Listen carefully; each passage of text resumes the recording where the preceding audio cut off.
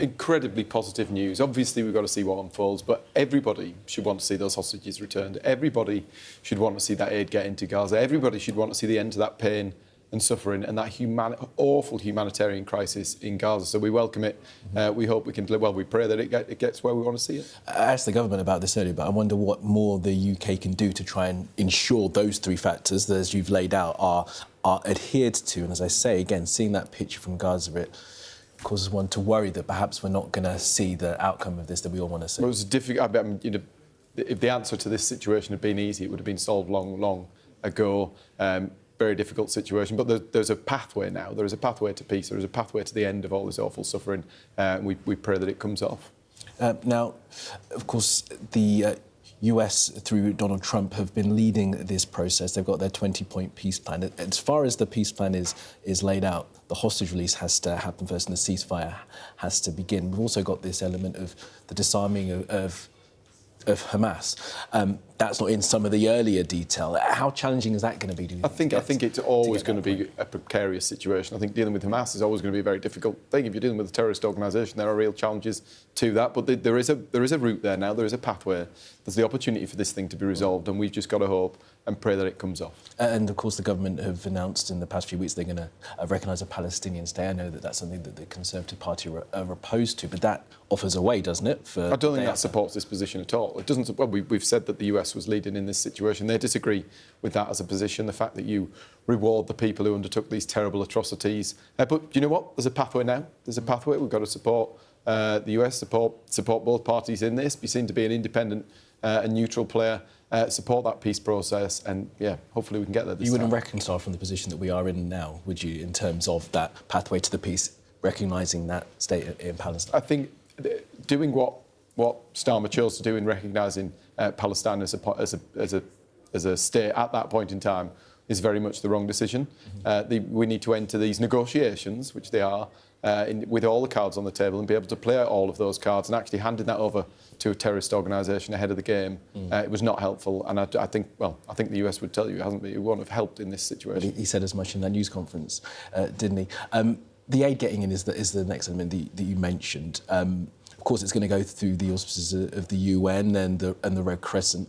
I asked this to the government. Is there anything more that the UK can be doing to make sure that aid does get in? I think the UK, throughout this, has to ensure that Israel complied with international law, be active in scrutinising their behaviour and holding them to account in the same way that we need to look at what Hamas are doing and how that comes off. I think we've got to be neutral, be seen to be supportive of the US and of both partners as they go forwards. OK. Position clear on that, and we hope that it can stay. We've got until Monday, they said, when the hostages are released at the latest, maybe as early as Saturday.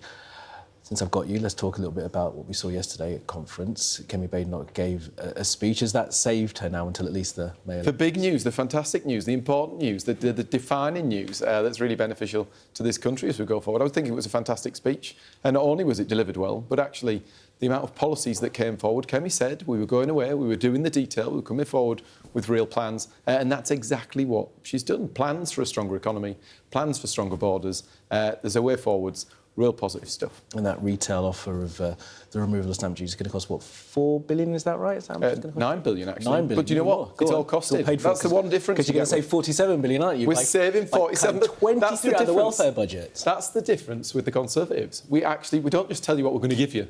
We're going to tell you how we're going to pay for it, and that's exactly what we've done. So with this stamp duty land tax, stamp duty, a big deal, actually. The IFS have said it is is one of the biggest drags on growth. It makes the housing market less efficient. It makes the labour market less efficient. People can't go on to get those jobs. People can't get those homes that they need to support the family. It's really positive news for families across the country. Really positive news for our economy. But more importantly, we know how we're going to pay for it. They also said, IFS also said you should look at reforming council tax bans as well. It's not something you chose to do for perhaps obvious reasons. So look, is this now you've set yourself to the dividing line that you see the Conservative Party that once had Liz Truss as leader, as being the party that can be trusted on the economy now? We are the party that can be trusted on the economy. The other thing that Kemi said this week, is that we will apply the golden rule. So not only are we going to cover everything that we're spending, we're actually going to make sure that for every saving we make, those £47 billion of saving we've identified from welfare reform, from making sure only people who actually need it get a mobility car, from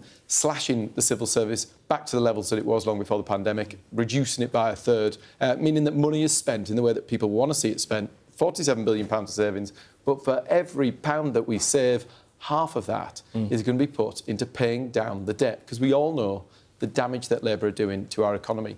Businesses are closing at the fastest rate since the world economic crash. There are 14% more people unemployed, out of work, without the security of a pay packet, unable to provide for their families, relying on the state for support. That's the way forward. We're going to save this economy, and that's what will matter more than anything in the next few years when we see the damage that Labour have done. We'll see. And the last point, you'll know that some of your supporters want there to be a pact with reform. Kemi Badenoch has said no. Some of your other colleagues are a bit more equivocal about it. Where do you stand on that idea? We had a real grubbing at the last general election. This weekend, we put forward our pitch to the British people. Hopefully you guys are going to cover it extensively so that people not only know what a great speech it was, but they know the great policies that we've put forward, whether it be putting 10,000 more police on the streets, whether it be, trebling the amount of stop and search, whether it be what we're going to do for those high street businesses by giving them 100% relief on small business rates. And in fact, it'll save the Great British Pub as well. Lots to see. Matt, you've made the case very eloquently. Thank you very much, Deputy Chairman of the Conservative Party, Matt Vickers there. All right.